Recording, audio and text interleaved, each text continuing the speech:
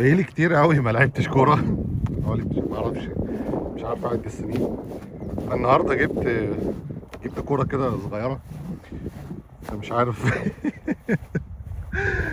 مش عارف الواحد خلاص بقى، خلاص. فين ايام الملاعب؟ ايش دفاع على الهجوم، خلاص العظمه كبرت. بس اهو يعني دي بقت بالنسبه لنا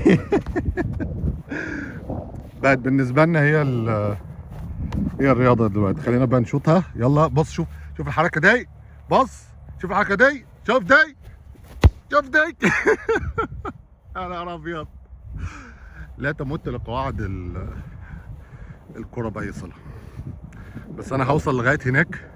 خلينا نجري ونشوطها في المشكله ان البتاع بتاعت الجون ده معكوسه، فانا خليني اللي معايا في الموضوع ده، اللي برضه اللي خلاص فقد الامل في الكوره، يقول يلا انا هشوط هنا، اوجهها هناك على البتاع، عشان يعني قال يعني انا هعملها بقى.